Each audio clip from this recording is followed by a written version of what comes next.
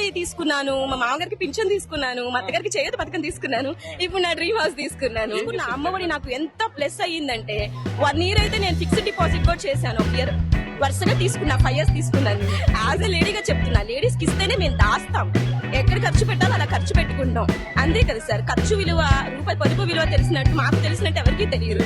Thank you so much Jagananna. ఇప్పుడు నా ఇద్దరు ఆడపిల్లలు ఉంటుంటే జై జగనన్న అని అరిచేవారు. ఆంబోతులు కొట్లాడుకుంటుంటే నలిగిపోయిన లేగదూడల గురించి మనం విన్నాం కదా.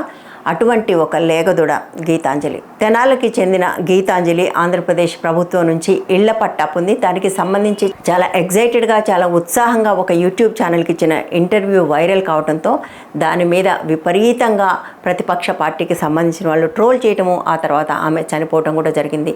కాకపోతే ఆమె చనిపోయింది ట్రోల్స్ వల్ల నా కాదనే ఒక చర్చ ఇప్పుడైతే చేస్తున్నారు. ఆమెకి సంబంధించిన సూసైడ్ నోట్ దొరకలేదు కాబట్టి అది సూసైడ్ కాదని అనేవాళ్ళు, అసలు దానికి వేరే కారణాలు ఉన్నాయని, ఆమె చనిపోయిన తర్వాత కూడా ఆమె క్యారెక్టర్ అసాసినేషన్ చేస్తున్న వాళ్ళు కూడా ఉన్నారు. కానీ ఆర్డర్ మాత్రమే ఇది. ఆమె ఉత్సాహంగా మాట్లాడిన వీడియో వైరల్ కావటం, ఆ తర్వాత ఆమె మీద విపరీతమైన ట్రోల్స్ రావటం, ఆ తర్వాత ఆమె చనిపోవటం. ఇప్పుడు పోలీసులు చేస్తున్న విచారణలో కూడా ఆమె ట్రోల్స్ వల్లే మరణించింది అని చెప్తున్నారు. ఆఫ్ కోర్స్ పోలీసులు చేస్తున్న విచారణను నమ్మాల్సిన పని లేదు. ఒకవేళ ఇదే పని ప్రతిపక్షంలో ఉన్న ఒక అమ్మాయికో లేదా ప్రతిపక్షాన్ని సమర్థించే ఒక అమ్మాయికో జరిగినప్పుడు పోలీస్ నరేటివ్ కంప్లీట్గా డిఫరెంట్గా ఉండే అవకాశం ఉంది. వాళ్ళప్పుడు ప్రభుత్వాన్ని కాపాడటం కోసం వాళ్లే కొత్త కథలు కూడా సృష్టించినా కూడా ఆశ్చర్యం లేదు. ఎందుకంటే మనం తెలంగాణలో చూసాం, ప్రవల్లిక మరణం విషయంలో ఎట్లా అందరినీ పోలీసులు కూడా తప్పుదారి పట్టించే ప్రయత్నం చేశారు. సో పోలీసులు చెప్తున్నదే నిజం అని నేను అనట్లేదు, కానీ దారుణాతి దారుణమైన ట్రోలింగ్ జరిగిందనేది వాస్తవం. అత్యంత అసభ్యకరంగా, అసహ్యకరంగా, నికృష్టంగా, నీచంగా అమ్మాయిని ట్రోలింగ్ చేసిన వాళ్ళు దానికి సపోర్ట్గా తీసుకున్న 2 వాదనలు కూడా ఉన్నాయి. ఒకటి, ఆ అమ్మాయి స్మార్ట్ వాచ్ పెట్టుకుందని, రెండోది ఆమెకి 4 సార్లు అమ్మ ఓడిస్తే 5 సార్లు తీసుకున్నాను అని ఎట్లా అన్నదని. It can be slip of tongue. అటువంటి స్లిప్ ఆఫ్ టంగ్స్ అందరికీ జరుగుతాయి, మాకు చాలాసార్లు జరుగుతాయి. మీరు చాలాసార్లు గమనిస్తే వీడియోలో మధ్య మధ్యలో కొన్ని అంకెలు పూర్తిగా ఒక భిన్నమైన టోన్లో వినపడుతుంటాయి. ఎందుకంటే మాట్లాడుతున్నప్పుడు స్లిప్ ఆఫ్ టంగ్ అయితే మాకు ఎడిట్ చేసుకునే అవకాశం ఉంటుంది కాబట్టి ఆ ఆడియో రీప్లేస్ చేస్తూ ఉంటాం. ఒక్కోసారి అయితే చూసుకోకుండా అప్లోడ్ కూడా అయిపోయిన తర్వాత ఎవరైనా పాయింట్ అవుట్ చేసినప్పుడు మాత్రమే చూస్తాం, అరే పొరపాటు జరిగింది అని. పాయింట్ నోట్ చేసుకుని కూడా చెప్పేటప్పుడు సంవత్సరాలు తప్పు చెప్పడం, అంకెలు తప్పు చెప్పడం అనేది అందరికీ జరుగుతుంది. బట్ ఆ రెండింటిని పట్టుకుని వాళ్ళు ఎంత అసహ్యకరమైన ట్రోల్స్ చేశారన్నది బహుశా ఇప్పటికే చాలామంది చూసుంటారు. అయినా కూడా నేను ఒక 2 స్క్రీన్ షాట్స్ మాత్రం నేను చూపిస్తాను, మీరు చూడండి. సుజాత్ జీ అనే ఒక ఆయన చేశాడు, పక్కనే ప్యూర్ హిందుత్వ అని కూడా ఆయన పేరు పెట్టుకున్నాడు. ఎందుకు పెట్టుకున్నాడో తెలీదు. తెనాలి టీడీపీ కార్యకర్తలారా, ఈ గీతాంజలి ఆడుందో వెతకండి దొరుకుతుంది అని పెట్టాడు. పెడితే కింద ఒక ఆయన ఎవరు, రామ్ దేవరకొండ, అల్లుడు పిల్లల తల్లి నీకెందుకు అని అంటాడు. అంటే ఎవరైతే పెట్టారో ఇతనేమంటాడు, రిస్క్ తక్కువ కదా మామ అంటే, దాని కింద మళ్ళీ రామ్ దేవరకొండ ఆయన చాలా వెకిలిగా నవ్వుతూ ఎమోజీలు. ఇంకా దాని కింద కూడా అనేక కామెంట్స్ ఉన్నాయి. ఇలాంటి ఒక వికృతమైన కామెంట్ వచ్చినప్పుడు ఎంతమంది వికృతమైన మనస్తత్వం ఉన్న వాళ్ళు బయటకు వస్తారో, వాళ్ళు ఎంత వికృతంగా కామెంట్ చేస్తారో మనకు తెలిసిన విషయమే. ఇంకొకటి కూడా తీసుకుంటున్నాను. ఈయన రాంబాబు పసుమర్తి అట, ఐ థింక్ ఆయన్ని వాళ్ళు అరెస్ట్ చేసినట్టున్నారు.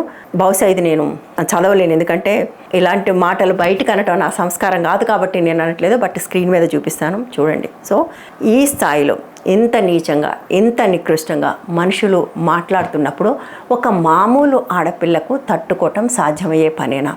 ఆమె రాత్రంతా ఈ మెసేజ్లు చూసి ఏడ్చిందని, వాటిని పట్టించుకోవద్దని భర్త అన్నాడన్న వార్తలు కూడా వస్తున్నాయి. ఖచ్చితంగా జరిగే ఉంటుంది.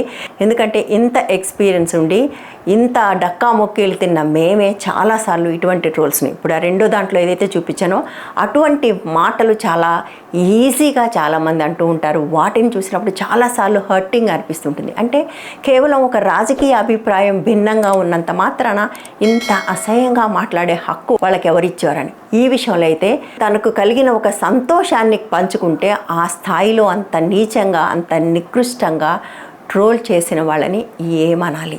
నాకు వాళ్ళనేమనాలి అనటం కంటే కూడా ఈ మొత్తం ట్రోల్ చేసిన బ్యాచ్ అంతటి కుటుంబాలను తలుచుకుంటే చాలా బాధగా అనిపిస్తుంది. ఈ మనుషులు వాళ్ళ ఇళ్లలో ఉండే స్త్రీలతోనూ పిల్లలతోనూ ఎట్లా బిహేవ్ చేస్తూ ఉండుంటారు. తమకు తెలియని ఒక అమ్మాయిని, నిజంగా అమ్మాయి మొహం చూస్తే ఆ సంతోషము, ఆ ఎగ్జైట్మెంటు, ఆ అమాయకత్వము అవి ఏమీ వాళ్ళకి కనిపించలేదు. అలాంటి ఒక మనిషి పట్ల అంత క్రూరాతి క్రూరంగా బిహేవ్ చేయటం అనేది ఎట్లా సాధ్యమైంది. అయితే ఈ మాట నేను చెప్తున్నప్పుడు ఇది కేవలం టీడీపీ జనసేనలకు మాత్రమే సంబంధించిన విషయం కాదు.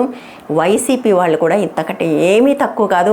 బహుశా ఇటువంటి ఒక అవకాశం వాళ్ళకు దొరికితే వాళ్ళు కూడా ఏమీ వదిలిపెట్టరు, పెట్టలేదు కూడా. ఇప్పటివరకు జరిగిన అనేక సంఘటనలో వాళ్ళు కూడా ఇంతే స్థాయిలో, ఇంతే నీచంగా, ఇంతే నికృష్టంగా మాట్లాడుతున్నారు. ఇక భారతీయ జనతా పార్టీ సంగతి అయితే చెప్పాల్సిన పని లేదు. అసలు ఇటువంటి బూతులు మొదలు పెట్టిందే వాళ్ళు. మీకు ఆధారాలు కావాలంటే నా దగ్గరే చూపిస్తాను. ప్రతిరోజు మన వీడియోల కింద వచ్చే పచ్చి బూతులు, మన వీడియోల మీద చేసే ట్రోల్ వీడియోల కింద వచ్చే పచ్చి బూతులు, ఇవే నిదర్శనం. సో ప్రస్తుతం పరిస్థితి ఎట్లా అయిందంటే గొంగట్లో కూర్చొని వెంట్రుకలు ఏరుకోవటం లాగా ఉంది. ఏ రాజకీయ పార్టీ కూడా ఈ ట్రోల్ సంస్కృతిని ఆపాలని అనుకోవట్లేదు.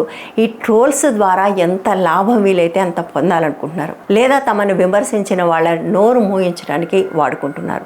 కనీసం గీతాంజలి లాంటి సంఘటనలు జరిగిన తర్వాత 2 ఆడపిల్లలకు తల్లిని లేకుండా చేసిన ఈ దురదృష్టకరమైన దుర్మార్గమైన సంఘటన తర్వాత అయినా రాజకీయ పార్టీలు ట్రోల్స్కు వ్యతిరేకంగా మాట్లాడతాయేమనుకున్నాం, కానీ ఏ రాజకీయ పార్టీ మాట్లాడట్లేదు. ట్రోల్ చేసిన పార్టీ ఇది ఎందుకు జరగలేదు, అందుకు జరగలేదు అని కొత్త కొత్త వాదనలు వినిపిస్తుంది.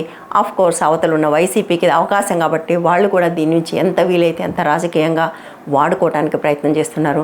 భారతీయ జనతా పార్టీ సంగతి అయితే నేను చెప్పాను కదా ముందే, ఎవ్వరూ కూడా దీన్ని ఆపాలని అనుకోవట్లేదు. అది మన ముందున్న పెద్ద విషాదం. ముందు ముందు రాజకీయాలు ఇంకెంత భయానకంగా మారబోతున్నాయో అని కూడా భయం వేస్తుంది. ఈ వీడియో కానీ నచ్చినట్లయితే లైక్ చేయండి, షేర్ చేయండి, ఛానల్ని సబ్స్క్రైబ్ చేయండి, జాయిన్ బటన్ నొక్కి మెంబర్స్గా చేరండి. ఛానల్ కొనసాగటానికి అది చాలా ముఖ్యం. మరో వీడియోతో మళ్ళీ కలుద్దాం. నమస్తే.